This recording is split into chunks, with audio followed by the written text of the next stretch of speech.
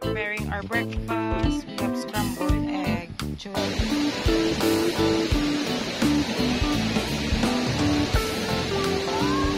Hello guys, good morning. It's our second day here at Lava Farm. We're supposed to wake up at 5:30 a.m. para ma-witness yung sunrise. Kaso nagising kasi kami in the middle of the night dahil may mga narinig pa kaming ingay sa gabi. So medyo napuwit nga kami guys, kaya hindi na namin pinilit na gumising na maaga para may energy pa kami today and hindi kami kulang sa tulog. So ayun. So may plano kayong mag-camp guys, invest in a good quality na mga camping equipment kagaya nitong airbed.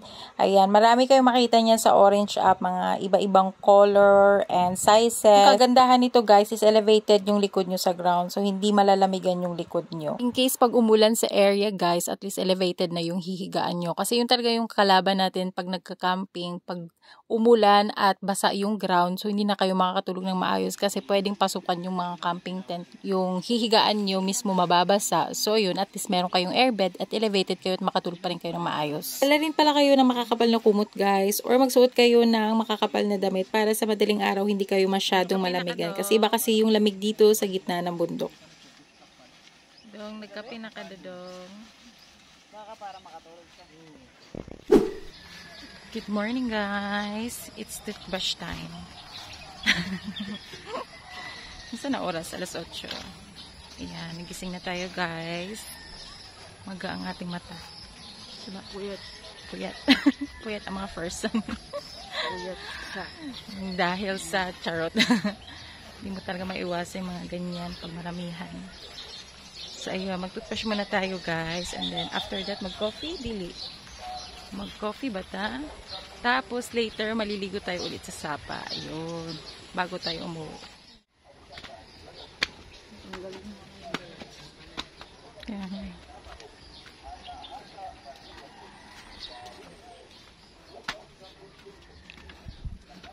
Eh, ang dumi pa. My gosh. Ganun pa rin siya. Laki ng CR nila guys. Pero ang dumi. Pero ang linis niyang kahapon. Anyway, let's do our morning routine. Routine. Chika minute muna tayo guys while we are having our morning routine. So let me share with you my experience and thoughts about it. It's actually interesting guys dahil kakaiba siya. I mean, it's my first time. I know we've been camping but hindi talaga siya yung literal na nagka-camp na overnight tapos matutulog sa tent. So yun, medyo natuwa talaga ako sa experience na to. Aside from that, parang nilulook forward mo na yung next campsite dahil bibili ka ng mga more camping equipment or mag-i-invest ka na dun para medyo aesthetic ka. Nakaka-inspire kasi yung ibang campers, halos kompleto yung camping equipment nila at uniform pa. So in short, nakakainggit. Normally kasi pag nagta-travel kami or may mga pinupuntahan kami, naka-check-in kami sa rooms or sa resort. But this time, we are going car camping. So the travel is getting more challenging and interesting. So we are also looking forward to meet and greet new campers or Cebu campers. So if you happen to see us on the same campsite, don't hesitate to drop by on our tent and have marites or coffee with us. You can also share your camping experience with us, the best and the worst experience, para aware din kami kung ano yung mga camping sites na hindi namin pupuntahan or yung mga best spot dito sa Cebu na pwede namin puntahan na family friendly or child friendly. So if may ma-recommend kayo, share with us. And if meron din kaming inputs regarding the previous camp, so we'll be sharing with you guys. So basically, we are exchanging information para alam natin, aware tayo ano yung mga gagawin natin or hindi natin gagawin during that or in that specific camp. So anyway, we'll be looking forward for more meet and greets or marami na sana kami makikilalang mga campers para mas ma-enjoy namin or makapag-interact kami with new people. So, looking forward for that. Ayun guys, so tapos na tayong mag-morning routine. Right after that is mag-prepare na tayo ng ating breakfast.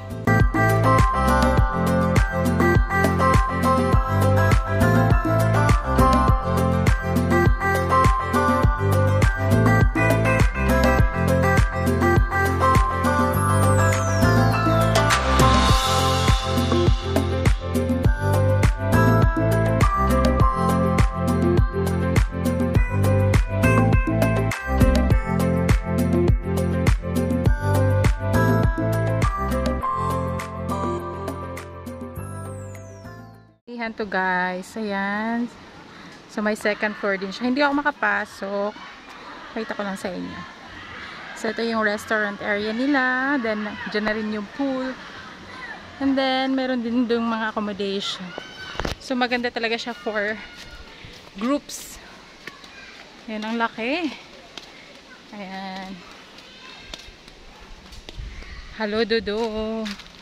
Ba't hindi nagmo-move? Ay, nakastuck na kasi siya. Laglag na siya. Tara dong. Ayun. Back to our spot.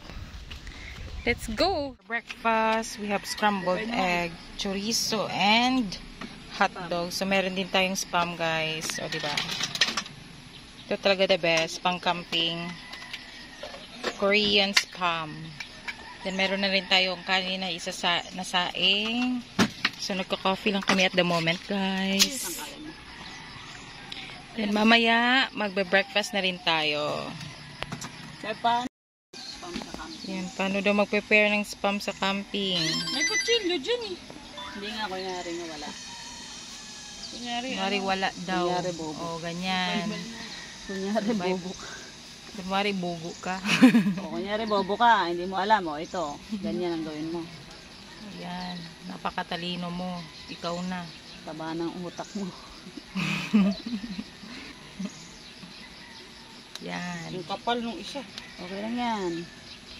Yung makapal na isa niyan, isa lang din kukunin. Pag mahirap ka, tapos bobo ka, magsipag ka. Bobo ka pa eh. Oh, Tapos yan. mahirap ka pa. Mahirap ka pa. Bobo mo eh. Asan yung lighter ko? Nakita niyo ba yan? Yung bobo ka pa eh, tapos biglang nagwalis-walis.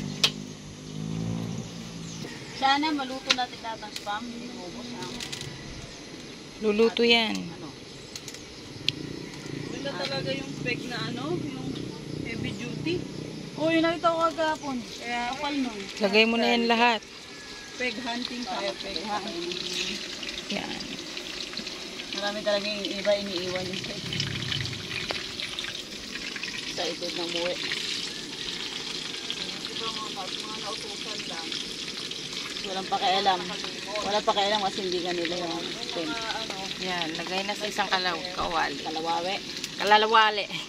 Kalawe. Kasi paubos na ang ating butane. Bayutin. Bayutin.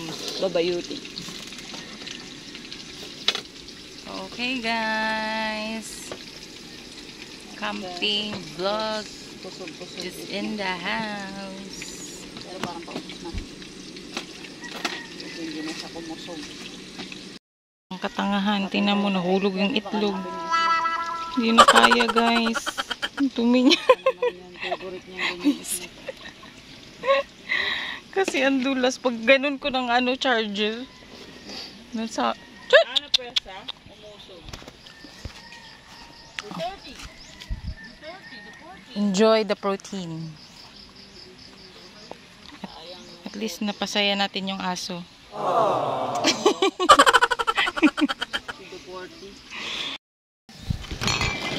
Saka pa naman.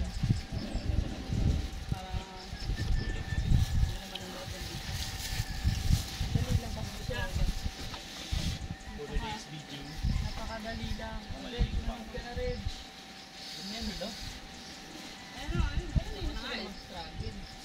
Siya lang maghipos na. Ako na nga eh. Hindi, madali lang naman. Yung di-assemble eh, kaya na nila. Pagkagubot. Kasi ano na. Ang mga pigs. Kahit sama-sama na yung mga pigs. Yung ganyan, baka may kapares pa yung makapit ng nagligpit ng tit. Ang mga pigs ko nag-iiwan. Baka nandiyan pa yung ibang kapares ng pigs. Ito oh. Doon to. Dito doon. Dito yun sa ano ba? Dito sa... Dito. Trapal. Diyan sa trapal, hindi mo nabalik. Sayang talaga yung itlog ay. Sayang to. Kukunin ko man yan. Ano sayang? Ito man naligpit. Glow in the dark pa naman. Hindi ko masabi. Hindi, mag-ano pa tayo dito. Nag-recon pa. Audio. Mama, gutom na gutom. Ay, mama, nauhaw na. Gutom na gutom ka na naman. Nauhaw na ako ng tubig kay Kuya Lance. Bilis.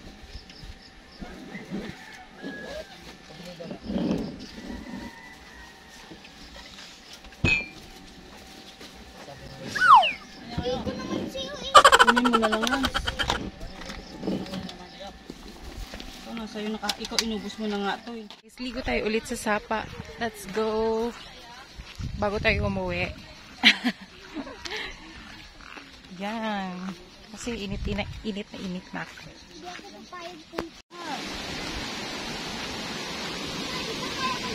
Oo, pero magpaano ka pa rin. Yun guys, dito tayo ulit sa Sapa. Let's go. Yun na naman. Kala ko ano. Yan, ang daming tao. Doon tayo sa swimming pool. Yung hapon na pinagliguan natin. Ha? Dito na lang tayo. Bakit? Ha?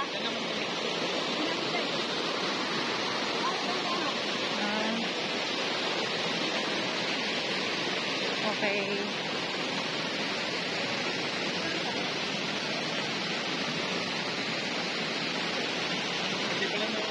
Oh. Hey guys, dito na kami ulit. Wiw.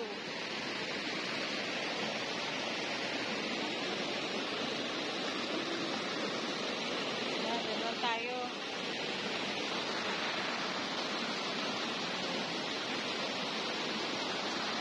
Liligo. Yes.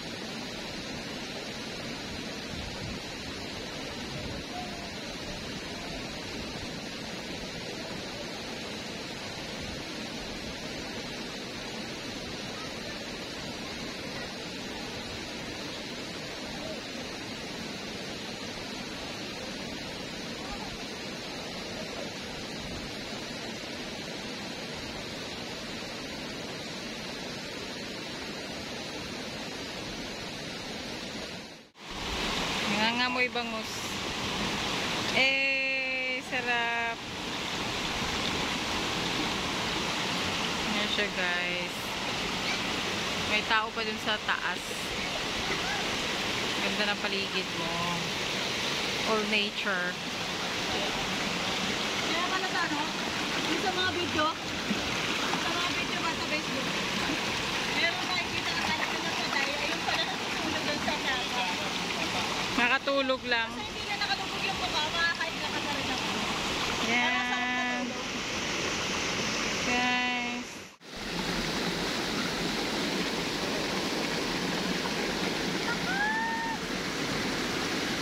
Dahan na, dahan.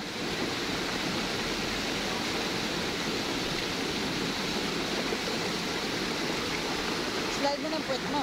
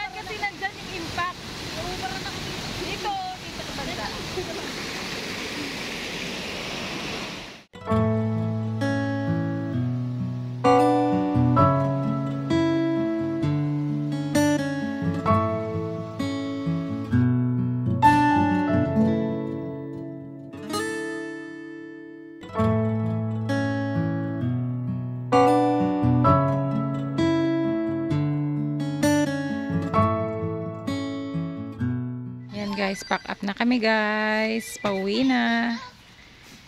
Ayan.